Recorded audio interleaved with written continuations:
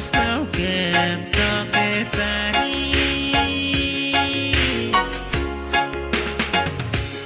Yairen warawen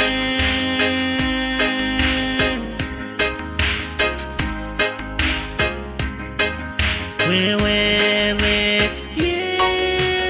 jiwo gila ay kinalit kino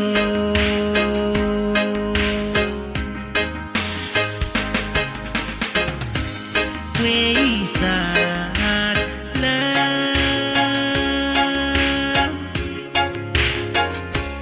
Hindi akala-kala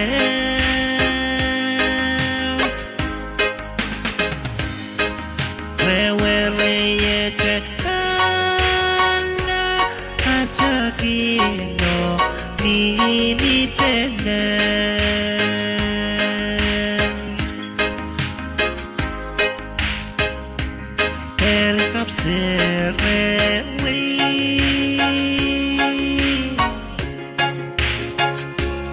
Eiran mawon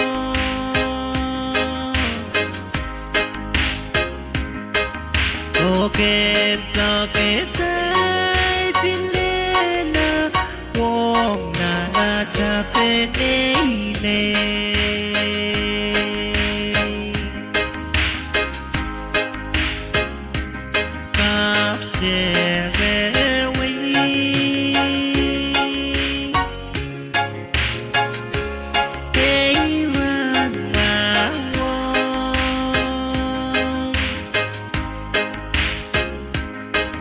Wekem toke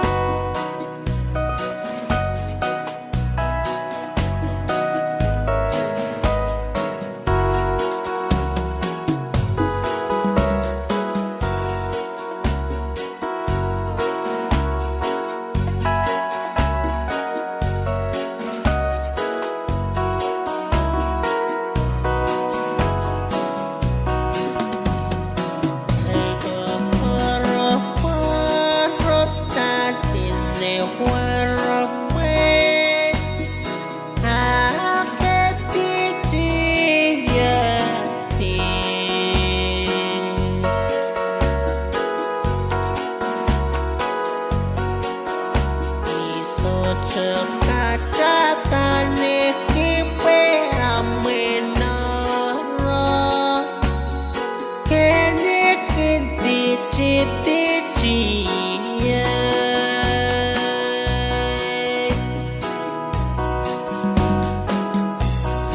kepirak kasagya kewe ken pirak koloh nanay ino ken kapakaman dia sedia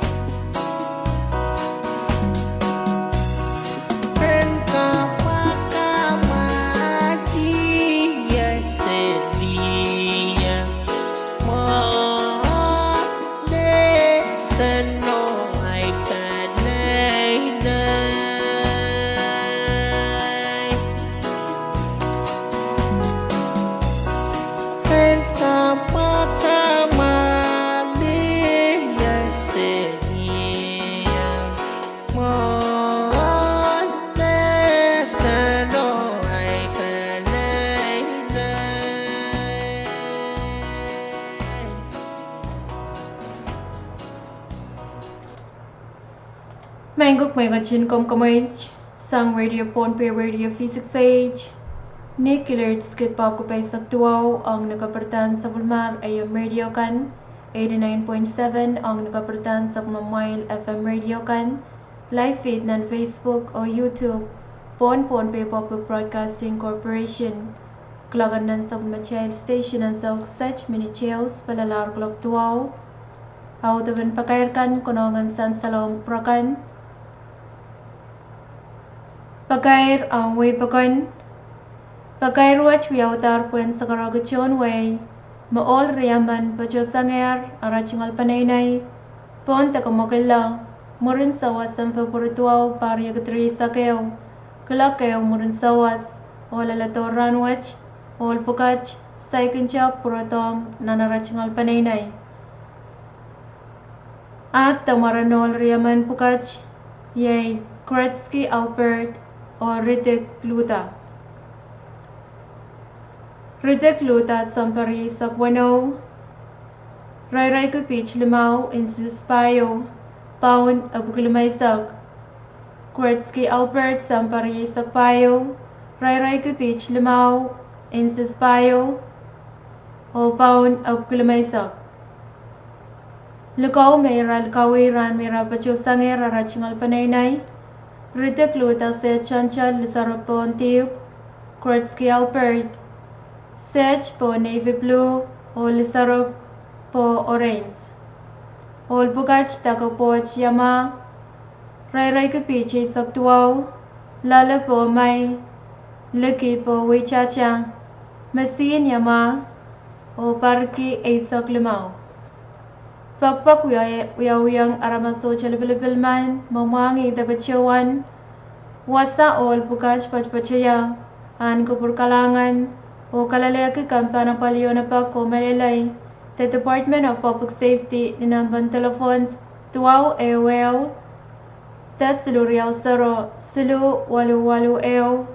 tat siluriyaw saro, walu wano, silu.